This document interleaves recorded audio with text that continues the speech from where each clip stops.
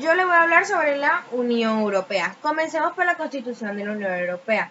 El origen de la Unión Europea se sitúa tras la Segunda Guerra Mundial, cuando un grupo de países se colaboran entre sí para un futuro en común. Actualmente la Unión Europea está formada por 27 países. Las ventajas de la Unión Europea son que todos tienen una única moneda, que sería el euro, y son libres de movimientos de personas y de mercancías. Ahora vamos a ver las instituciones de la Unión Europea. Por una parte tenemos al Parlamento Europeo, formado por 705 eurodiputados, es decir, a las personas que representan a los ciudadanos europeos. También está la Comisión Europea, formada por los comisarios de cada país. También tenemos el Consejo Europeo, formado por los ministros de cada país en función al tema a tratar. También está el Consejo Europeo, formado por los jefes de cada estado, más la Unión Europea, más los presidentes del Consejo Europeo y la Comisión Europea, y por último el Banco Central Europeo, que se encarga de la moneda en común. Después de la Segunda Guerra Mundial y tras haber luchado con un enemigo en común, la Unión Soviética y Estados Unidos se enfrentaron en sus propias disputas en 1947. Europa y el mundo quedó dividido en dos bloques del capitalismo estadounidense contra el comunismo soviético. La parte de este pertenecía a la URSS. La nueva democracia popular estaba regida por el poder comunista de Stalin. En la parte occidental se instalaron las democracias liberales. En camino hacia esta guerra ideológica comenzaron el Plan Marshall, un plan económico en el que Estados Unidos prestaba recursos a Europa para que se recuperara de la Segunda Guerra Mundial y pudiera combatir al enemigo comunista. En respuesta a este movimiento soviético crearon el Comecon, un consejo para integrar económicamente a todos los regímenes comunistas posteriores a Estados Unidos.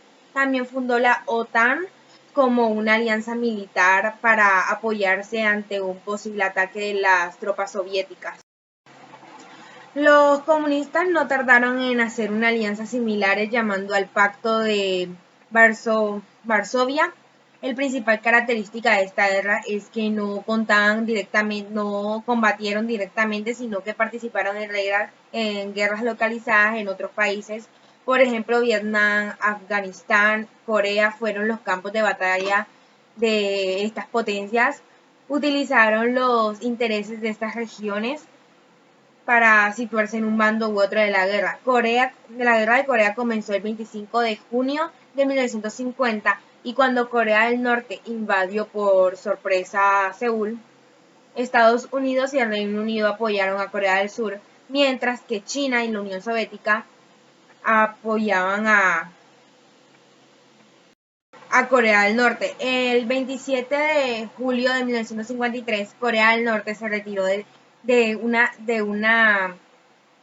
tras una brutal batalla en 1959, le llegó el turno a Vietnam. Estados Unidos salió por el sur del país. Los del norte estaban dirigidos por Ho Chi Minh. La superioridad armamentista de Estados Unidos hizo que la guerra, una auténtica masacre. Finalmente Estados Unidos se tuvo que retirar de Vietnam el 30 de abril de 1975. Cuba fue otro escenario protagonista por la crisis de misiles en 1962. La Unión Soviética colocó misiles en Cuba para lanzarlos a Estados Unidos. El país norteamericano hizo un bloqueo naval sobre Cuba y la Tercera Guerra Mundial estuvo cerca. Bueno, ahora el otro tema va a ser la descolonización. Bueno, para comenzar a decir, se entiende por descolonización al proceso de independencia tanto político como económico, social y cultural de una nación que ha sido dominada por un gobierno extranjero.